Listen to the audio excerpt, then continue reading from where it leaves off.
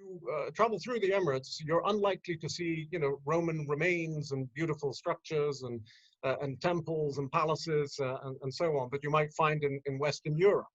We really did have a very, very poor and tough life in the region for, thousands of years. And it's only in the last few decades that we've seen wealth.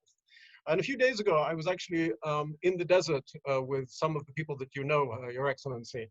I spent 10 days there.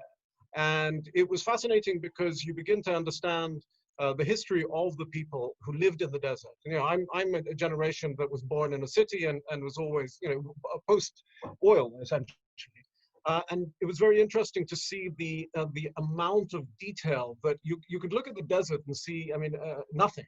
And then if you actually look at the language and the way in which the older Bedouin described things, there are so many different shades, so many different gradations, so many different ways in which they observe the day passing, that I began to realize that actually, even if our culture is not necessarily physical objects and artifacts, it is a culture of immense complexity in terms of observation, personal relations, the way in which respect and honor and survival all come together.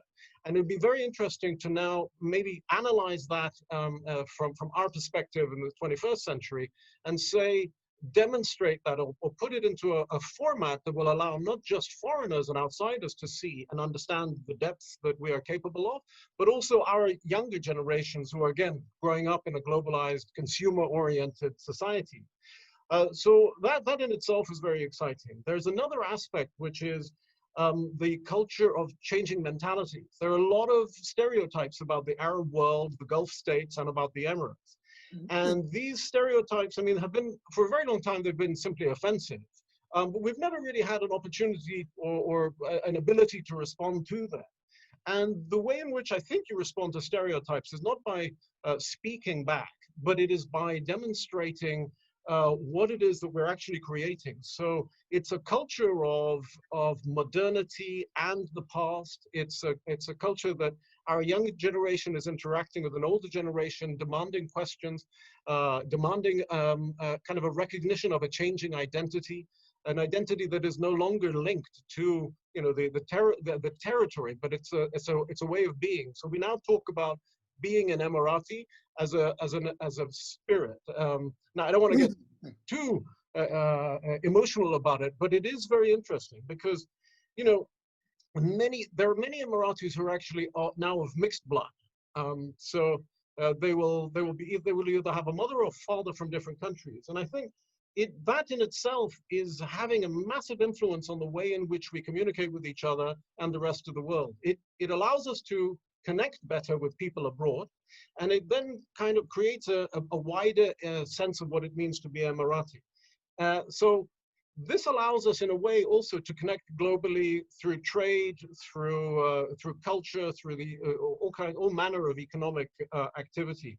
And that's what's exciting. We don't have pyramids and we don't have these ancient structures, which forces us really to think about what is our culture today, and how do we then demonstrate that? Now, there are a few ways in which we're doing it. Just a couple more minutes. There are the traditional manners in which we demonstrate our culture, and each emirate has its own cultural department, and there are the poetry contests. There's a focus on sort of the wildlife and the husbandry and camels and so on. But then there is the international platforms that are also are very much a part of the Emirates. So you know that we have the Louvre here, and we're building the Guggenheim. And these are fundamental aspects of the way in which we now look at the world. We recognize that we are of the same human race as everybody else. And we recognize that we share in this common humanity.